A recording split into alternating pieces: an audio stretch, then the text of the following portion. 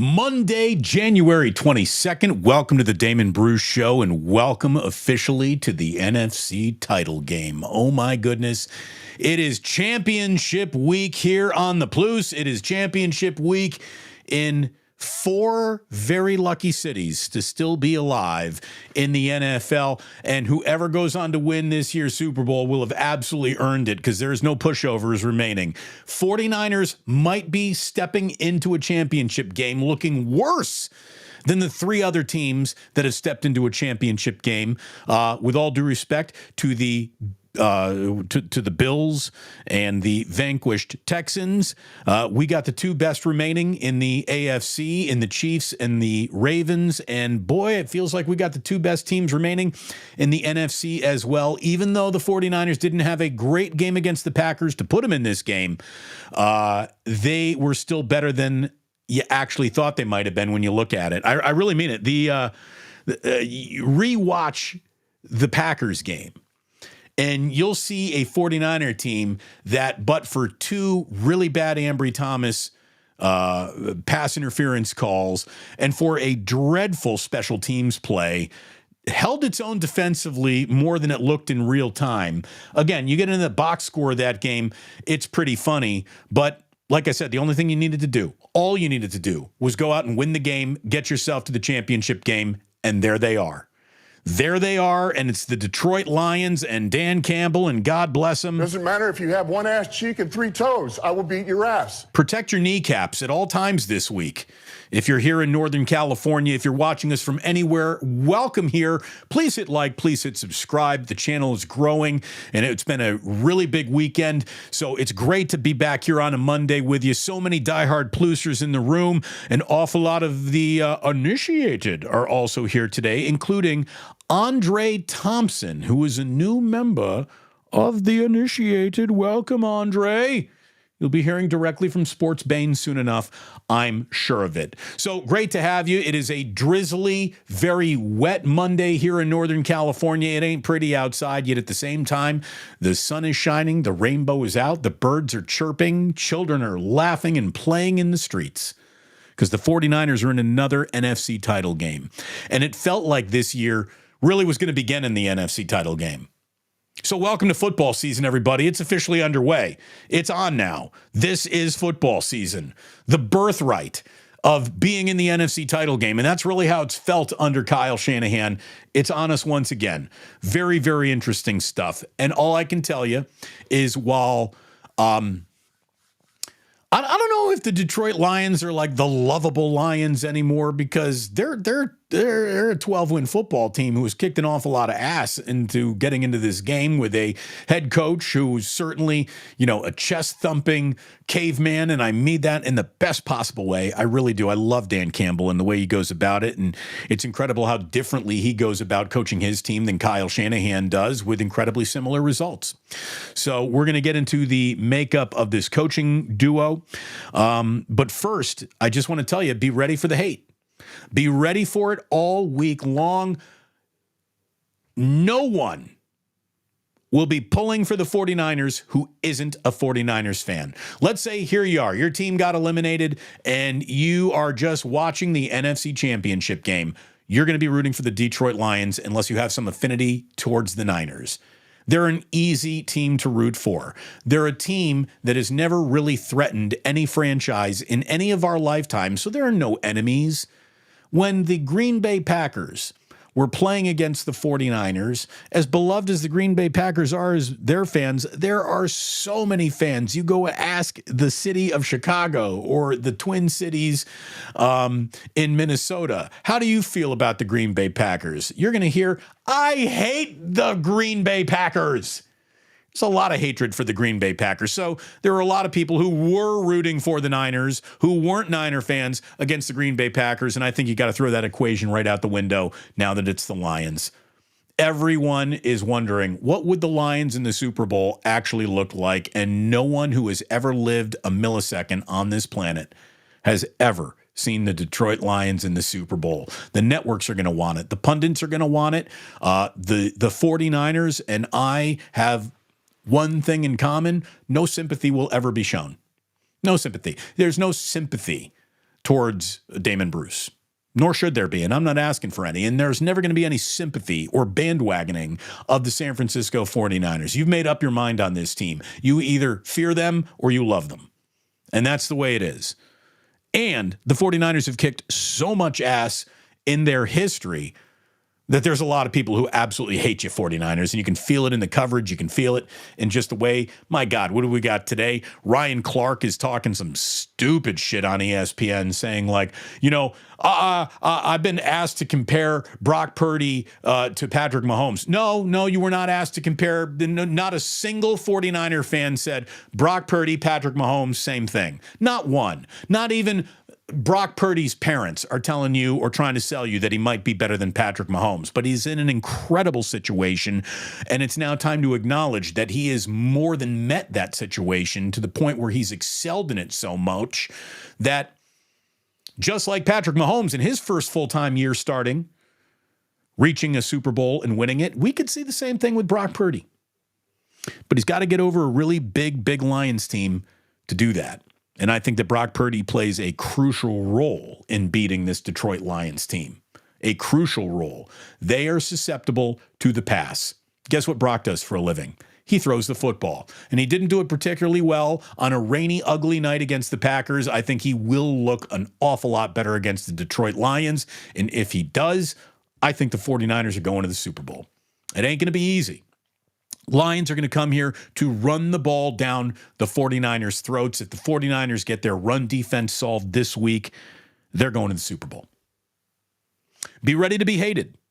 Be ready to be hated. There's a lot of intrigue when it comes to the bad guy, and this brings me to the phrase, the Niner Empire.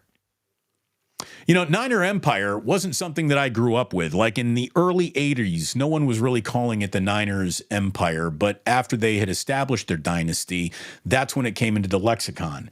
Now, I thought when I originally was out here in 2005 for the first time around hosting overnight shows, late night shows on KNBR, like I thought 49er Empire was to sound bigger than Raider Nation. Like, what's bigger than a nation? Well, how about an empire? Like the British Empire is so big, the sun never even sets on it. That's bigger than a nation. So I thought maybe that's why they were going with it.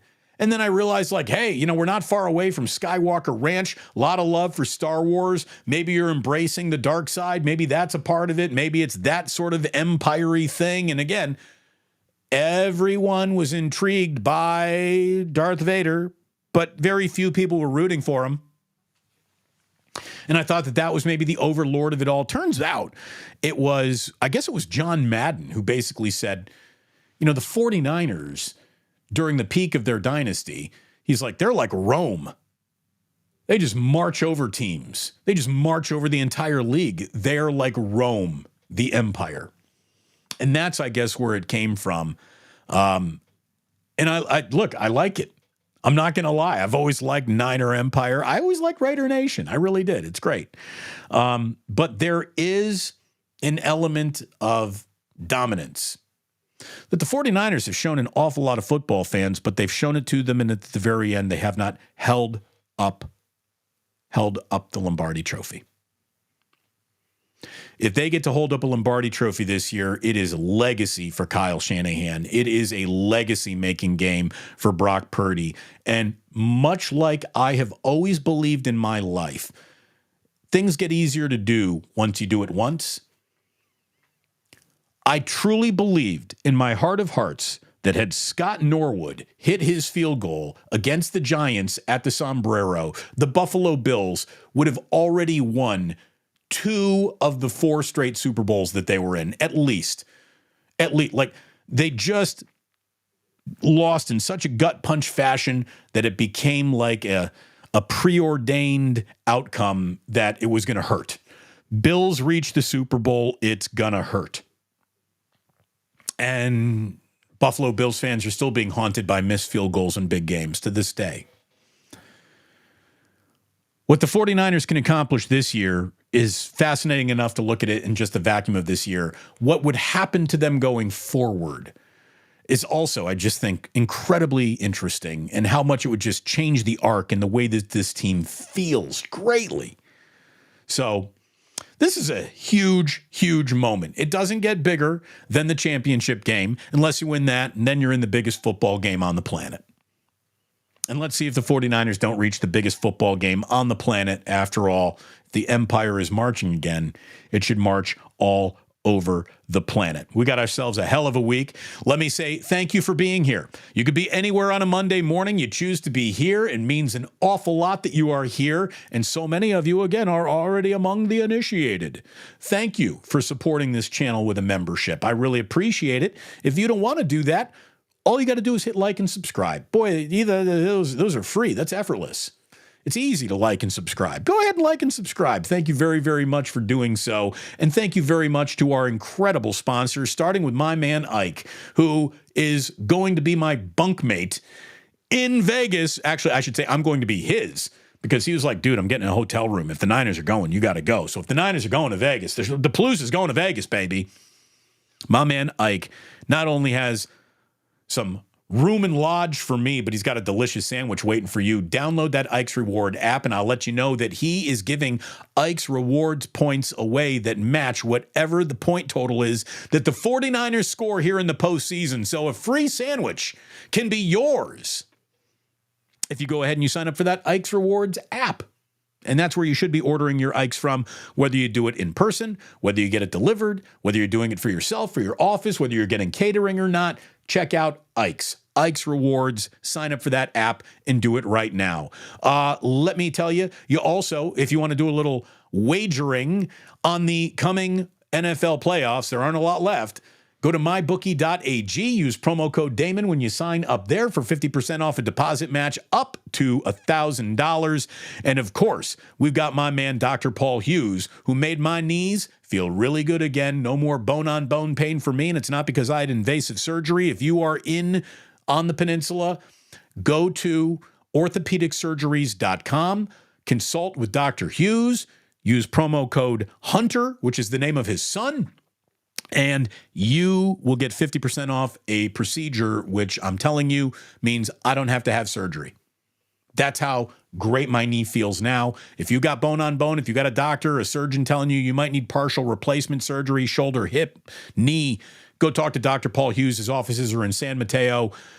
Orthopedicsurgeries.com if you want to avoid an orthopedic surgery. And he's been sponsoring Postgame and Damon. We certainly appreciate that. And let me just tell you, we got love for Uncle Boys at all times, even though they only sponsor on a Friday. It's a big week, so I want everybody who has been supporting this channel to get the robust bounce that is this channel in championship week. Sunday with a bonus wake up. Larry Kruger and I just finished a wake up here on a Monday as well, but we had a bonus game day after a Saturday night game wake up.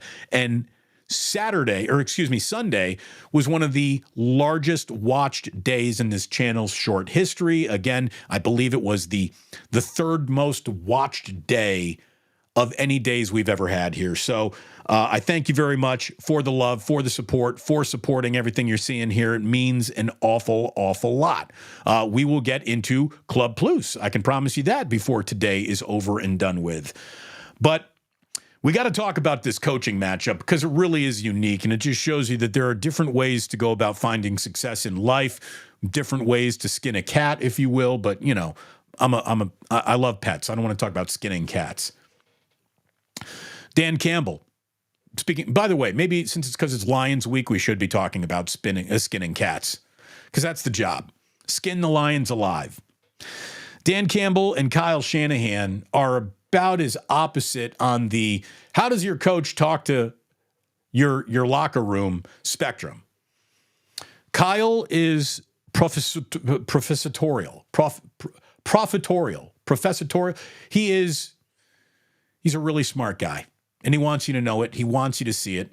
He doesn't want to be buddy-buddy with everyone. He just wants to make you a better football player, and he's going to explain to you why everything you're about to do is going to make you better. He wants you to understand his concepts. He is not just saying, here's my playbook, go run it. He wants you to understand it. He is a teacher of the game. He is in the lab at all times trying to justify why his experiments work, and he wants everyone who's in the lab with him to understand their roles in the experiment and how it all goes down. Dan Campbell is basically the guy who says, I'm here for kneecaps. Doesn't matter if you have one ass cheek and 3 toes. I will beat your ass. A lot more of a rah-rah, I know the way to greatness. Follow me. We will run through walls together. And he had a culture to change. The Lions are the biggest group of losers the NFL has ever seen, not named the Cleveland Browns. And that has been the identity of the Detroit Lions basically in every year of their existence since they were born all the way back in 1930. The 49ers, even though it's been a long time since Lombardi found their trophy case, even though it's been a long time that they have, truly won the greatest prize there is to win, the 49ers are identified with success and winning just automatically in most fans' minds. That's why there's a lot of jealousy. That's why there's a lot of hatred. The Detroit Lions are not. There is a staggering historical difference between these teams, even beyond their trophy cases. And this is what I find really fascinating about this upcoming matchup. Kyle Shanahan just picked up his 7th career playoff win against the Green Bay Packers. If Kyle Shanahan wins this Sunday, he will pass Bill Walsh for the best postseason winning percentage in 49ers history. By the way, Bill Walsh was pretty good in the postseason, so you do that, you've done something. Whether you've got a Lombardi to show for it or not, just that alone. I have a better postseason winning percentage than Bill Walsh. It ain't bad. It's a pretty good place to be operating from. The Lions, in their history, again, dates back to 1930, pre-World War II, Detroit Lions have 9 playoff wins in their franchise's history. Kyle's got 7. Kyle has always won at least 2 playoff games in any playoffs he's ever been in. The Detroit Lions have won 2 playoff games in the same postseason for the first time since 1957. And they got to go win 2 more. The Lions have 9 playoff wins in 94 years. Kyle has 7 playoff wins in just the last 5 seasons. That's incredible. It's an incredible amount of difference. And look, take your cap off to Dan Campbell because he did take a team. Look, here's the thing. Congratulations. You've just been drafted by the Detroit Lions. You know what you're going to do? You're going to lose. Oh, congratulations. You've just signed a new free agent contract with the Detroit Lions. I hope they paid you well because that's going to be the compensation. Victory will not be the compensation. You're going to lose. You're going to lose a lot. So I hope you're compensated with a dollar amount that makes you comfortable with that. Biggest group of losers on planet football until Dan Campbell walks in the room and just sells everybody on his new culture that he will build around his own image and likeness, and he's done that. He's done that in an incredible way. They're good. They're talented. They run the hell out of the ball. Amon-Ra St. Brown is one of the best receivers in the league right now. He is going to give the Niners fits. Laporta, an incredibly talented tight end. Montgomery, an incredibly dangerous weapon out of the backfield. But if you really want to play who's got more weapons, kids, once again, Niners, Niners, Niners, Niners, Niners. And those weapons should come out and execute an awful lot better this week than last week in the rain when Debo was taken out of the game basically right at the beginning of the game. And today it's being reported that Debo is 50% going to go, which means he's 100% going. If you're 50% to play in a championship game on a Monday, come Sunday night, he is playing. I promise you that. He's going to have to get hit by a bus, right? To not play in that game. So, it's been an incredible run. This is going to be a great week. I'm going to tell you right now, you're going to see, as a Niner fan, you're going to see an awful lot of stupid shit, right?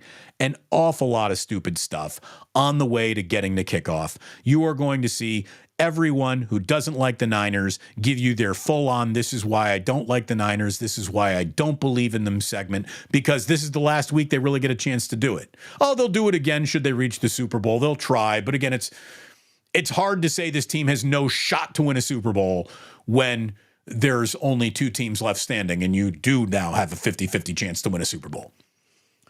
But the hatred will be real. The criticism will be real. The pretend criticism, whether it be real or not, or ingrained in reality, it doesn't even matter. It doesn't even matter. People make shit up to not like about the 49ers. So it's going to be a week where I'm going to tell you, outside of, watching your favorite content creators or your favorite shows, just close the laptop. Just put the phone down. Be here at 11. Thank you so much. West Coast time. Be there Friday for another version of Wake Up at 8 a.m. But avoid the noise. Avoid the noise and you'll be happier all week long. By the way, we do see the noise that Zach Ertz has signed with the Detroit Lions. Okay, not really worried about that. How up to speed can this guy get who's been on the beach for a couple of months to make a real big impact? I do not know. But if he just works on 3 plays all week long, this is the Ertz package. The Ertz locker. If you're putting in a package for Ertz and he knows how to run 3 plays and runs them very well and makes 2 catches on those 3 plays, maybe you're in trouble. Because it takes but 1 play to turn a game around in the postseason. That is normally a big play, a big shot, and guess what the Lions don't do? They don't take an awful lot of big shots in the air. Here it is, Brock Purdy and Jared Goff in the Game Manager Bowl, right? That's what people are going to want to tell you. Now, here's the deal. You want to accuse that of Brock Purdy? I think you're totally wrong. I think he's better than that. But you know what? He's never been in another system, so if you want to insist he's a system quarterback, fine. I don't even care anymore. And neither should anyone listening or watching right now. Let them say whatever they want. Let them say whatever they want. To say that Jared Goff, though, is just a system quarterback, this guy's a game away from reaching his 2nd Super Bowl with another team. Jared Goff might not be the most dynamic, sexiest, alluring, intriguing quarterback out there, but he's good at this. He's good at being who he is and doing what he does and avoiding the mistakes by drifting into the lane of what he doesn't do. And what he doesn't do is throw very deep balls very often at all. As a matter of fact, when it comes to taking deep shots, the Lions last in the NFL this year. So keep everything in front of you if you're San Francisco. Keep everything in front of you and you play that run because Dan Campbell is coming out here to run it down your throat. This has been a little bit of a concern for the 49ers. This has been a little bit of a, hey, you know what? The rest is going to improve the tackling, and there's no doubt that Eric Armstead being healthy again is going to shut all that down. Well, the Green Bay Packers had a different story to tell. Hopefully this week it just goes a lot better. If getting a bad game out of the way and winning ugly was the one thing that the Niners needed to do to prove to you that they can do it all, well, they've done that. How about winning pretty again? How about winning comfortably? Again, the Lions are going to make that tough. Lions are going to make that real tough. But this should be a hell of a game. All right. I see, but the chat is already flying. Speaking of coverage, writes Philip, speaking of coverage, can somebody help Ambry Thomas? You want to know who needs to help Ambry Thomas? The 49ers defensive line. They can do more to make Ambry Thomas look like a better football player than he looked last week just by playing better. If a cornerback's best friend is a pass rush, I hope Ambry gets to get together with his best friend this Sunday.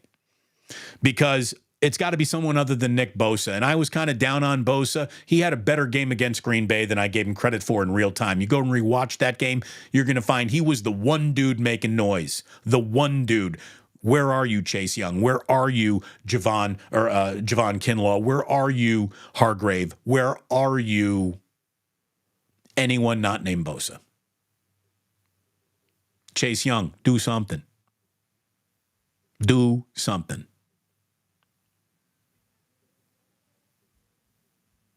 Sporticus, why, when, and how does rooting for an underdog now mean you hate the favorite? I don't know. I mean, Look, it's just, the Lions are an easy story to sell because we're always interested in seeing things that you've never seen before. How about this? Let's say it was the Detroit Lions against any other team in football in the NFC outside of like the boyhood team that I grew up rooting for, the Bears, outside of it being the Niners, who obviously I've got selfish reasons to want to go as far as possible. I'd be rooting for the Lions. Absolutely, I'd be rooting for the Lions. The same way that I would root for the Jets should the Jets ever be this close. I rooted for the Jets to get to the Super Bowl because that'd be fun. There's something you don't see very often. I'd like to see it. I'd like to see it. But not this year. Not this year. Our friend Uncle Boys. Brock was so good I was forced to admit it, but since he doesn't look as good in a couple of games, I made a mistake thinking he was good. Is that what Ryan Clark's argument is? All right, Ryan. Again, if you were just using a couple of games to make this decision, you really, again, you're watching what? I don't know. By the way, words of wisdom. Dropping a super chat saying, you got to check out my video, man. It's on the Niner Empire. I guess there's Star Wars ties. He was hyping it up during Wake Up, too. Everybody go watch Words of Wisdom's Niner Empire video. I will check it out. I will check it out. Mick Goldmia. Damon, congrats to the Niners and the Lions. I'm 70. I've waited decades for the Lions to be relevant and play in a championship game. Should be great. Go Lions and cheers. Mick, all I can tell you is you're the kind of guy that I've been rooting for my entire time rooting for sports.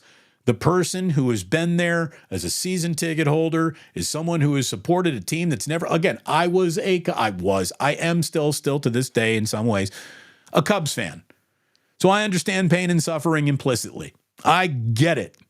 I get it. And there's a part of me, Mick, that wants you to desperately win a Super Bowl before you're out of chances to win a Super Bowl. But not this year. Not this year.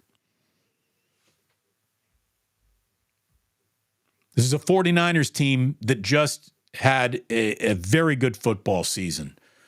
They got all the rest they wanted. They got all the health they needed, and they stepped into the postseason, and they kind of gagged a little. Not as much as it looks like when you were watching that game live. It's a lot easier to watch that replay with the knowledge that the Niners win this game, and things do look a little different when you watch it through that prism. But man,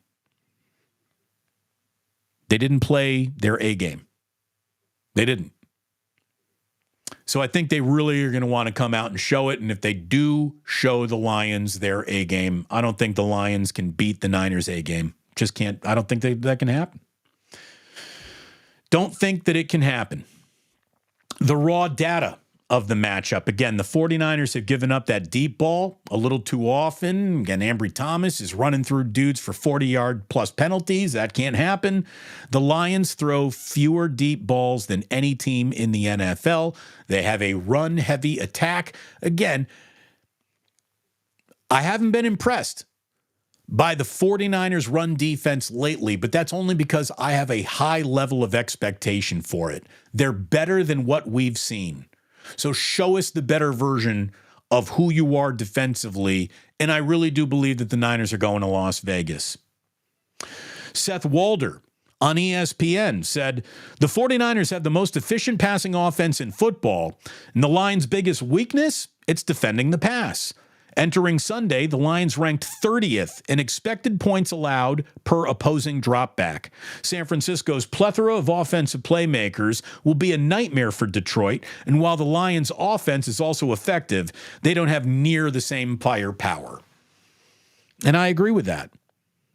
The Lions are really, really good, but when it comes to balancing, when it comes to having an offense that can attack every blade of grass on a football field, the Niners got that over the Lions. The Niners have that over the Lions.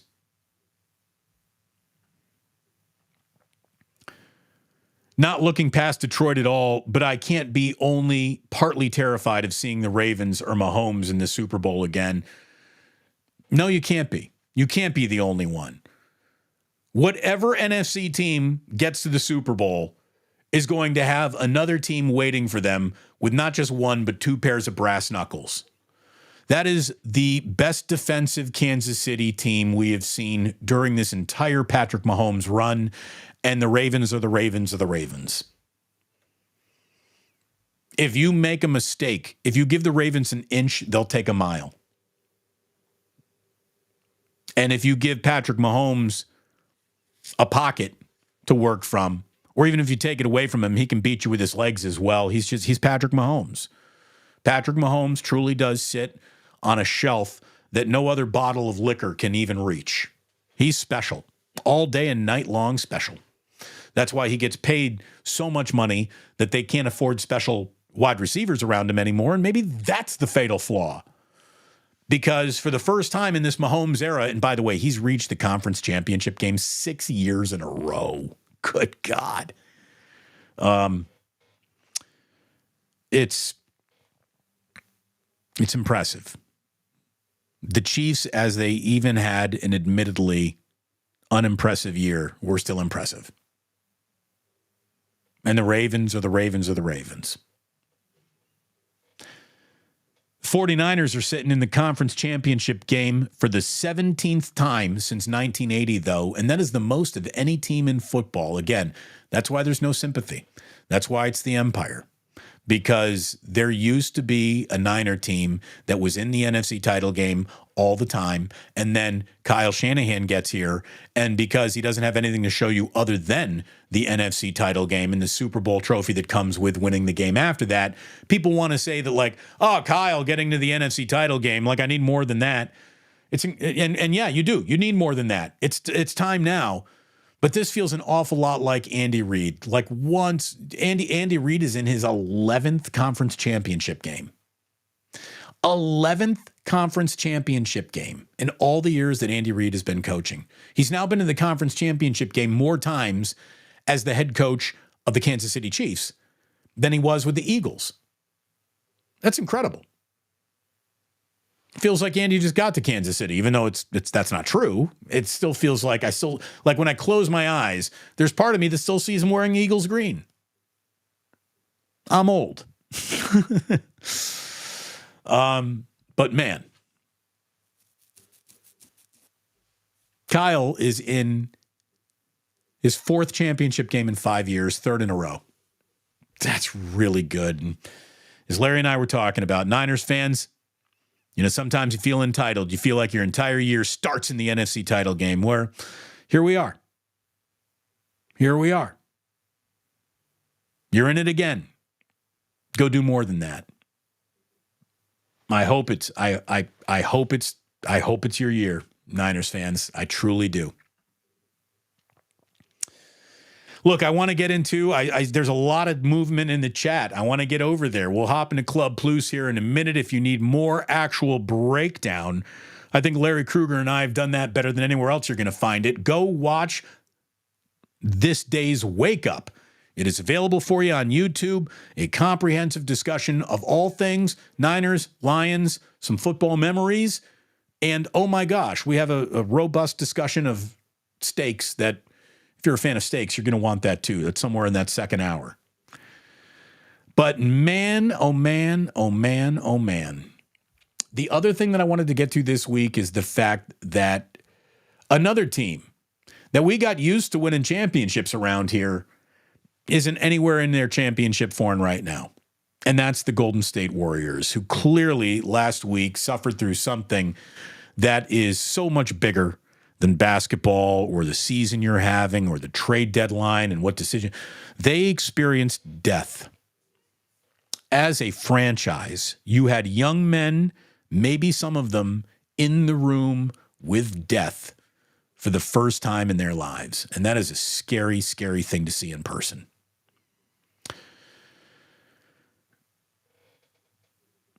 What motivates the Golden State Warriors? If it were just a sentence that Steve Kerr could speak, he would have spoken it by now.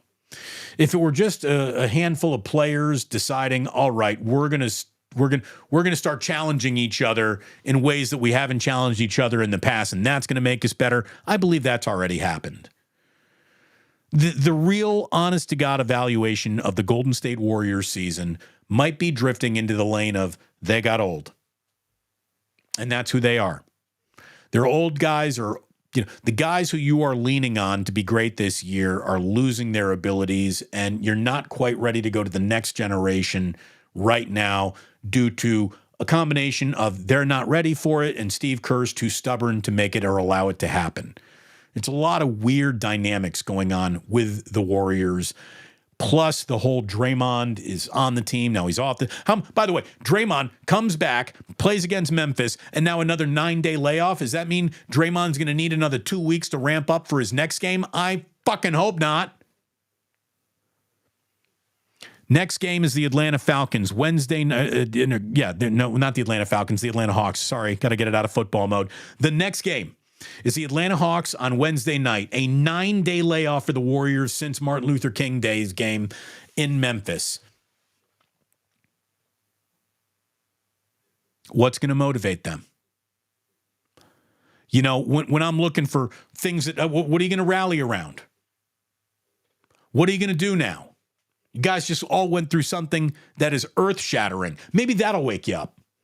Maybe that'll help you circle the wagons. Let's go out and play well for Coach, who's not here anymore. Do that. Maybe that helps the Warriors. Again, I'm here to talk about sports. And this team has had a wide berth to deal with something that is very, very, very, very serious. So either you take that and you use it motivation going forward. But here's the deal: once the season restarts on Wednesday, it's win or shut up time for the Warriors, and they better beat the Hawks because the Hawks stink on the road. The Hawks are having the same year as the Warriors. They're a massive group of underachievers. Who's going to start not overachieving? Now that might be out the door, right? How about just achieve? Do something other than playing, what is this basketball? And the Warriors have played way too many, what am I looking at, basketball games this year? If you want more football, you're going to get it all week long. We're going to arrange some good guests for you this week. I can promise you that. We are going to have a good show for you every single day at 11 a.m. West Coast time. Larry Kruger and I are going to be bringing you more and more throughout the week as we get closer to the championship game. There is an awful lot that is going to be happening on both of our channels. Thank you for the support. Thank you very much for the likes. Thank you for the subscriptions. Thank you to the members of the Initiated. And thank you to those of you who love a little something we like to call Club Plus, because we're about to get there right now. We got an awful lot of people in the chat. Certainly don't want to miss anything over there. So here we go. If you're listening to the podcast, I thank you. Can't wait to have you back tomorrow. But in the meantime, let me remind you that sports don't build character. They reveal it. And like that, he is gone.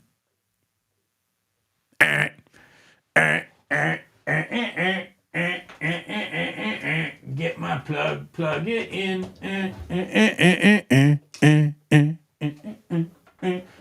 All right. There we go. Now we're lit, right? Now we're lit. What do we got here? Mobius coin. NFC Championship game. From the discussions today, I thought the 49ers lost. Oh, everyone's a critic. Everyone's a critic. And look, the Niners, here's the thing. They almost did lose. They almost did. So there's a reason why there's some apprehension. 49ers fans grip and get tight. I think Kyle Shanahan gripped and got tight at the end of that first half. I want to see a team that's going to run a little up-tempo offense, especially if they're trailing in a game. It's weird that Kyle doesn't do that. Again, as good as the Niners are, there's still stuff to look at and say, what was that? Get better than that. And we know that they got the talent to be better than that. SF Indigo Co. Baron Red says Lions adding someone now is good. They're changing their strategy. No, they're not. They're just getting deeper at tight end because they're already really good tight end. Hyperextended the knee, but still went out and played a pretty good game. It's just depth. It's depth.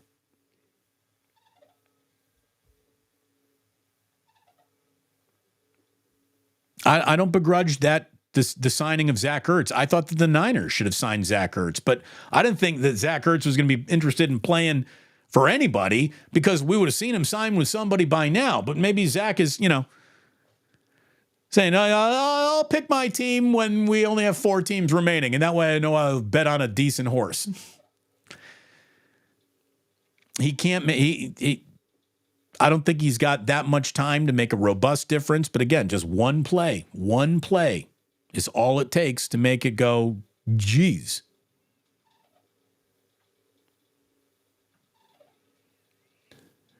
Gizmo Maltese says Lions lost to the Bears in December. Well, number 1, it's January. Number 2, that's a division rival.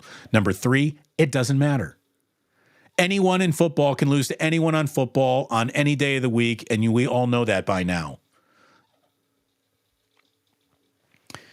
Someone was trying, I can't remember where it was, but they were talking about like the seeds, like, well, the Green Bay Packers are a 7 seed. Of course you're going to beat a 7 seed. Dude, this isn't the NCAA tournament. You're not playing frickin' Niagara.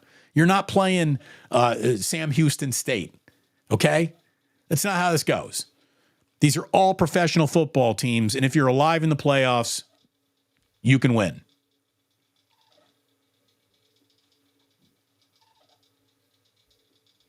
What else we got? Leslie, after winning ugly, she's like, I can get on board with winning pretty again. Yeah, let's all get pretty together. Let's be beautiful. Rod Manhammer, which, God, if I really hope that that's your real name. And if it's not your real name, that should be your porn name. Rod Manhammer says Ambry was out there looking like Darnell Walker. Ambry is a much better player than the player that we saw on Saturday night. And Ambry Thomas, I bet you, is going to never play that badly or poorly again. I like him as a player. I thought he was a real important part of this season's second half turnaround. Ambry has been playing some really good football since the bye week, and I hope he gets back on it.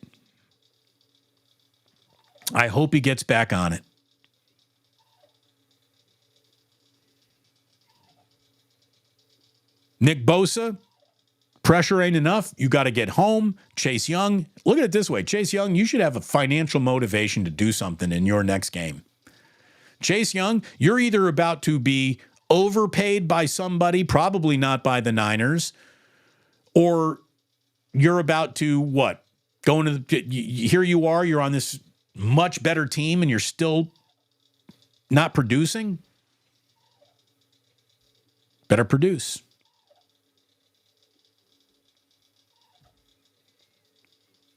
Tony says Purdy is the real underdog.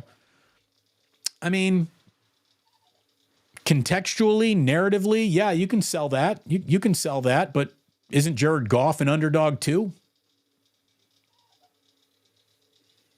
I just think that more than any other opponent you could possibly run into with everyone else who's remaining, because we know that both Mahomes and Lamar Jackson are the definition of mobility, Jared Goff is not.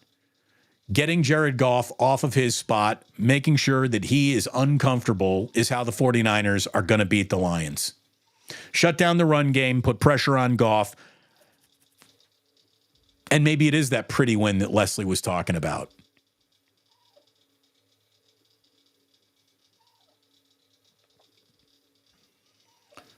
So you say, Buffalo market too small, they will never win. Look, but what does market size have to do with it? It doesn't have anything to do with it. All these teams are well-funded with great resources no matter where they are. I'm going to quote Brett Favre, who got to New York and basically, he's doing his Jets press conference. Hey, I'm Brett Favre on the Jets press conference. And you had all this New York media saying to Brett, like, what's it like to finally be in playing for a big team. You're a Jet now in New York. Whoa, what's that like, Brett? And Brett Favre basically shut them right down when he said, hey, there might not be a smaller market than Green Bay, Wisconsin, but you ain't a bigger team. You can't find a bigger team in football than the Packers. And he was right. So all those New York big city, big market douchebags just shut up right there, because they all know that, if we're talking football history, we're going to get to the Packers right away, and the Jets might be left out of the conversation unless we're talking about the schmucks and what roles they played in football history.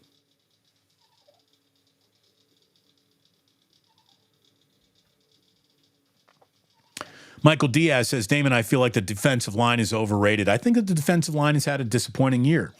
After the bye, 15 sacks in 3 games. Is Wilks' scheme hurting the defensive line production? No, I don't think it is. I don't think Steve Wilks is hurting this defensive line or this defense. I think the way that these guys are playing is hurting the team. This isn't a coaching problem. I believe that the Niners are a well-coached football team. They got to wrap. They got to tackle. They got to make plays behind the line of scrimmage. They got to beat their pass block and do more than just put pressure on a quarterback. That's what they need to do.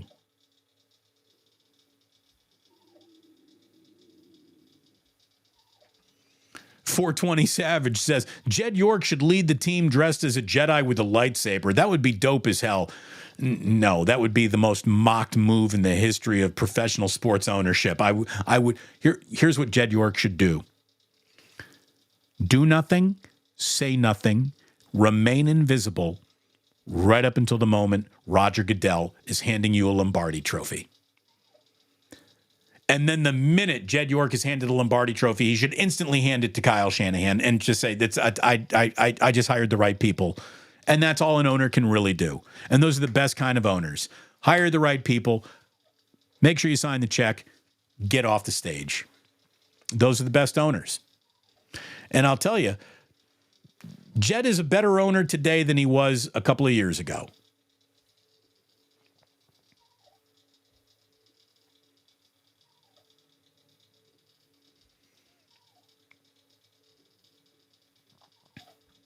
Uncle Boys is saying, look, Ambry was horrendous. What's up with Womack as a healthy scratch? It's a head scratcher, but I'm going to tell you right now, betting big on the guy you hardly saw play at all, it doesn't feel that safe of a bet for me. I mean, to me, Womack is not going to be the difference in the remainder of the season. The same way Chris Conley, look, when the number fell on him, he made a big catch. He made a big play. We haven't basically talked about Chris Conley all year long, and then there he was in the game-winning drive. By the way, maybe a whole bunch of Juwan Jennings and Chris Conley, who are not normal parts of the system, are not the overabundance of talent around Brock Purdy, will make people reconsider. Brock Purdy is maybe not as bad as we thought he was. Oh, no, that's right. No one will reconsider their initial position on Brock Purdy. And since everybody's initial position on Brock Purdy was basically, yeah, Mr. Irrelevants usually don't do well, they can't even compute that a Mr. Irrelevant is doing well. And they won't even admit to it, even though he is. Frickin' pundits. Little jingle jangle from my man Mike Baker. Thank you, Mike. Maybe Green Bay was just that good and we weren't that bad. Green Bay was good. I told you that they were going to be good. Kruger and I were called, oh, you sound like Chicken Little and the sky is falling. What were you guys on the Packers bandwagon? No, we were just telling you that's a really good team. And even though they're young, they got a quarterback who is coming into his own in the last 10 weeks, and you can't sneeze at this. A lot of people wanted to go, achoo, achoo, achoo. I do sneeze at it. And the Packers nearly won the divisional round, but they didn't. And that doesn't matter anymore because all you need to do is survive the day. RG Teamster. Goff has thrown a pick 6 to the Niners in his last 4 games. And again, maybe they'll just see Jared Goff back there and they'll be feeling good about it. Jared Goff isn't exactly who he used to be, though. He's a better quarterback now than he's ever been. How about this? Look, if it were happening against any other team, we'd be rooting for the Lions, right? I know I would be. I'd be rooting for Dan Campbell. I can root for that guy. I can totally pull for we moved on from him to get better, Jared Goff, after the Rams got their Super Bowl with Stafford and all that. Like, I would totally be rooting for the Lions if it were anyone but the Niners. Gizmo Maltese, we slipped around a lot in that game. You sure did, man. That was nuts. Again, 420 Savage has amended his dressing like a Jedi to, if I were Jed, I would carry the boombox out of the tunnel. Have fun with it. No. Debo gets the boombox, or the equipment manager, and everyone. Don't go changing anything now in the playoffs. Changing any pregame ceremony. No. Don't want to see that.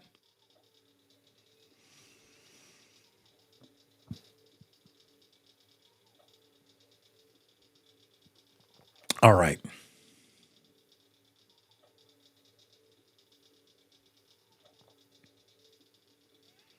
What else have we got going on here?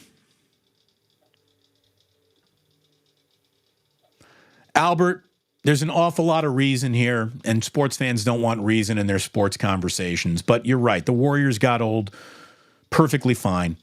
Transitioning from one era to another is hard. Again, they set up an expectation that they were going to do that easily, and they're finding out that it is not easily done.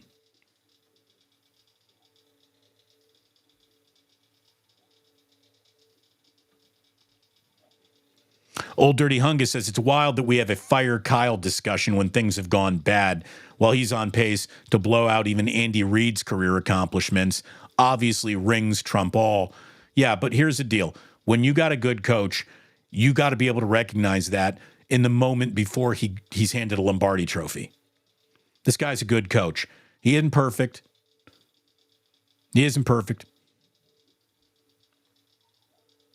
I think there are elements to his game that he needs to improve upon, but he's really good.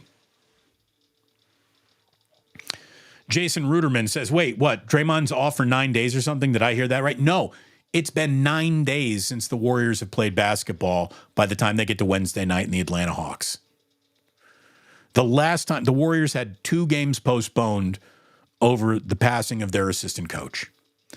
They canceled that Utah game, and then they canceled the Dallas game. And just because of the way the schedule was breaking, they didn't play again until Wednesday when they canceled Friday night's game. So it's been a long layoff. The Warriors have basically had 2 All-Star breaks in this past, since their last game.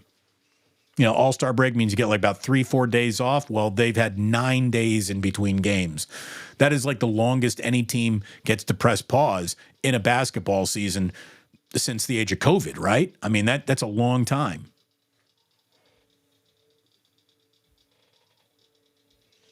Mike Rossi, quit arm tackling. It never works. Wrap and tighten. Boom. Amen. Nobody likes arm tacklers. Nobody likes fumblers either. By the way, it's funny. My 4-year-old Jack, he's a little clumsy. And I tell him, it's not the week to fumble anything, boy. You pick something up, you hold on to it. It's championship week. No fumblers during championship week. Not in the Bruce household. I'll make him sleep outdoors.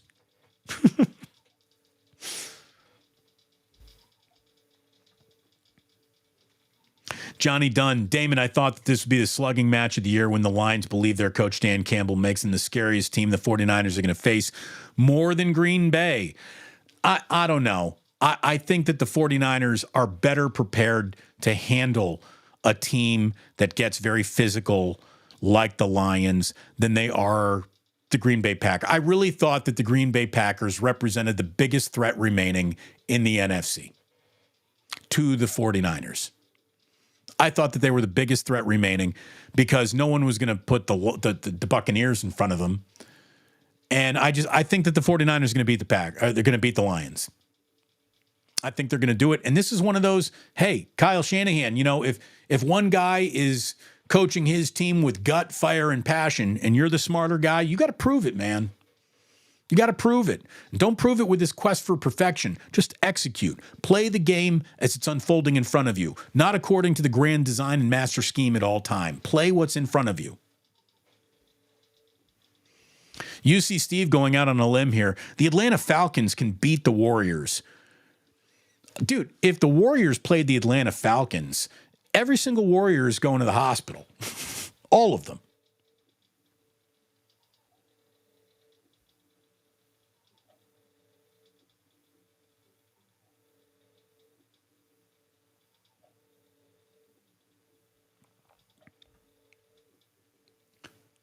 Boats. Everybody likes boats. Appreciate each day, no matter who you are. Amen. Amen. Nothing. Tomorrow is not promises. No, tomorrow's not promised to anybody. So enjoy it while you can. This ain't a dress rehearsal. Live life as you want to. Take a big bite of the apple every day. Rich Merrill says, why is Colin Cowherd such a moron? Colin's not a moron. He said something that has you talking about him on another show, which means he did his job. His job is to get you to engage and discuss what he is saying. That's why he's very good at his job.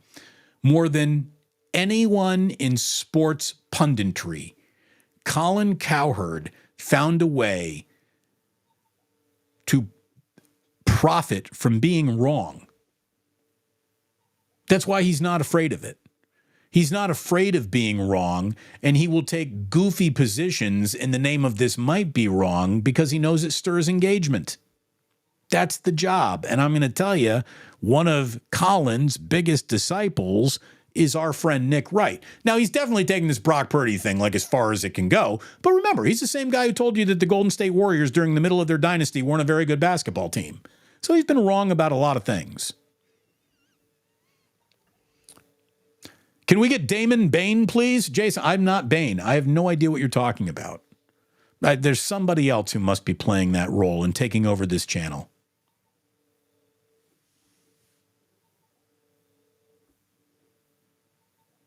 Again, I'm not Bain. I'm not Sports Bain. Whoever that guy is, though, don't mess with him. My goodness. Steve Peckerton. Peckatron. Steve Peckatron. Up until the Greenlaw pick, I thought we lost. 107 left, A-Rod 2.0. Quarterback is danger. Well, look, the only time, and I've said this before, I'm going to come on back to it because I think I'm right. The only time the 49ers were in control of that game was in victory formation. That's it. I think it was a heart attack on a plate.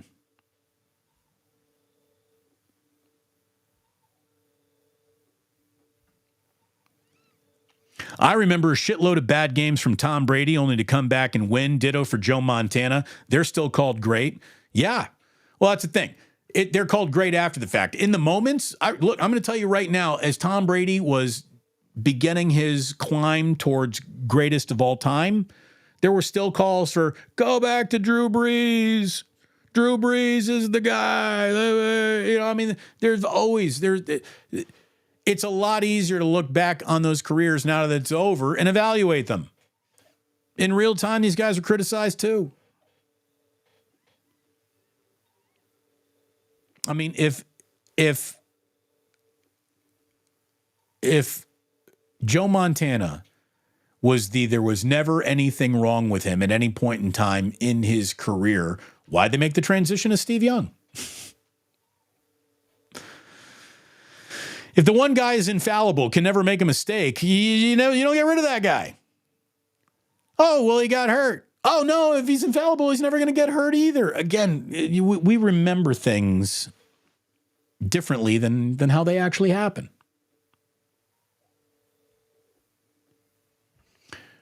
Red Jet says, oops, meant to say, hope everyone is having a good day. I don't know what you misspelled there, but look, misspells and typographical errors have literally defined how this chat talks to itself. So never run away from a mistake. It's okay. You could invent a word like humo day.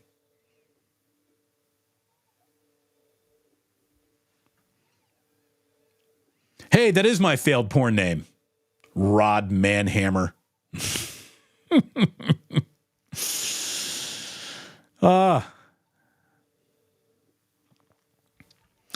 Had to look up Sam Houston State University. The Bearcats, is it with a K? Do they go with a K for Bearcats? Smiley Dan, wherever you are, just be safe, all right, buddy?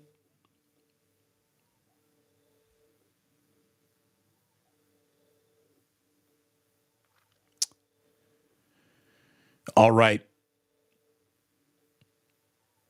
This is a big week, man. This is going to be such a big week. I am ready to go. I hope you are ready to go. You ready to go? The only distraction we're going to have from football all week long is basically the Warriors are going to play on Wednesday night. Otherwise, football, which means we've officially achieved Maximum football!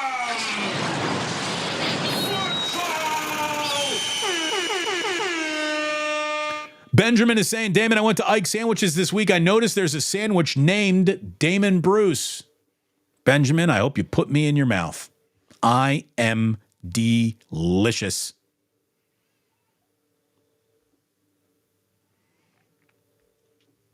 A couple people here saying, look, here's the way it's going to go down, man. Here's the way it's going to go down. It's going to be Lions, Chiefs. It could be. Again, you got 4 teams to bet on. You can take a combination of all 4 teams and say that could be your Super Bowl. Could be. Gizmo Maltese putting a 5 in the ganja jar, saying, remember when we compared this team to great 49ers team? How do you think that they compare? Are they better than the 2019 team that lost against the Chiefs? I do. I think that they are better. I think they're better because of Christian McCaffrey. I think they're better because of Brock Purdy. I think those 2 components alone, they better be better because of all the hard lessons that their head coach has learned, and I think they're healthier. So, yeah, I think that this team right now is the best team Kyle has ever had, which means the pressure to win the Super Bowl right here and now is immense. Absolutely immense.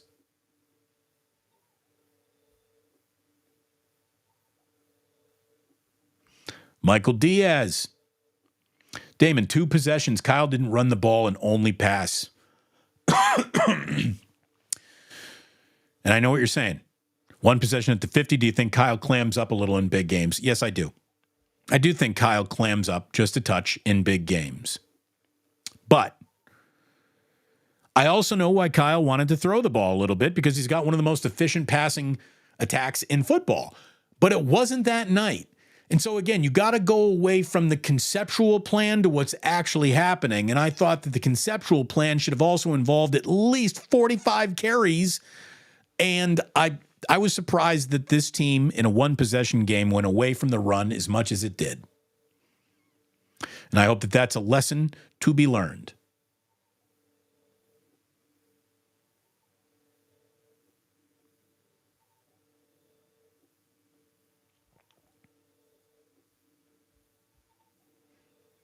So, okay, kids. It's just a monster week. It is a monster week. I didn't mean to let you down here, old Dirty Hungus, saying, Damon, just sports today, no steak talk, no toilet cocaine talk. I can dig it, I guess. I'm sorry. And again, Jason, what are you saying here? You are Bane. How dare you, sir? How dare you? Bane is exclusive to the initiated. Indeed.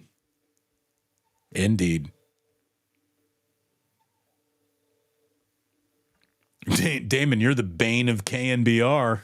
Yeah, that other station too. Imagine, both those stations had Damon Bruce business. They got out of the Damon Bruce business. And look at the business we're doing over here now, baby. Don Michael Johnson Thomas. Everybody wants Bane, but give me Quackers all day. Oh, goodness me. Good. Red Jet, I got a shout out. Well, dude, you are among the initiated. You are as high a ranking member of an audience as we could possibly have. Again, sometimes I sound like Bane, but it's not me. It is not me.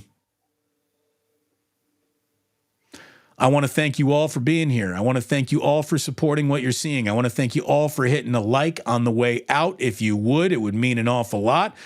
Thank you for all you do, Damon Bain. Jason, I wish I could give you that $5 back. I'm not Bain, dude. I know what you're talking about.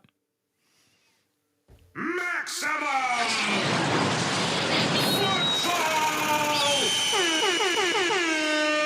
We are at Maximum Football, and I'm looking forward to talking to you all week long. Thanks again to Ike's, mybookie.ag, our friends at Uncle Boys, Dr. Paul Hughes, and thanks to all of you. It is you against the world, 49ers fans. You against the world. The entire world's hopping on that Lions bandwagon. Let them. Let them. Just a little bit more pressure on Detroit. I heard Detroit and postseason pressure go together great. Oh, no, that's right. They usually shit their pants at some point in time. It's got to happen. It's got to happen. Kyle Shanahan and the 49ers must get to Las Vegas. Anything else is a galactic fail. It's got to happen. Bane, Niner gang. Oh, see, now you're just pushing it. You don't have to go home, but you can't stay here with terrible, nasty rumors like that. Goodbye.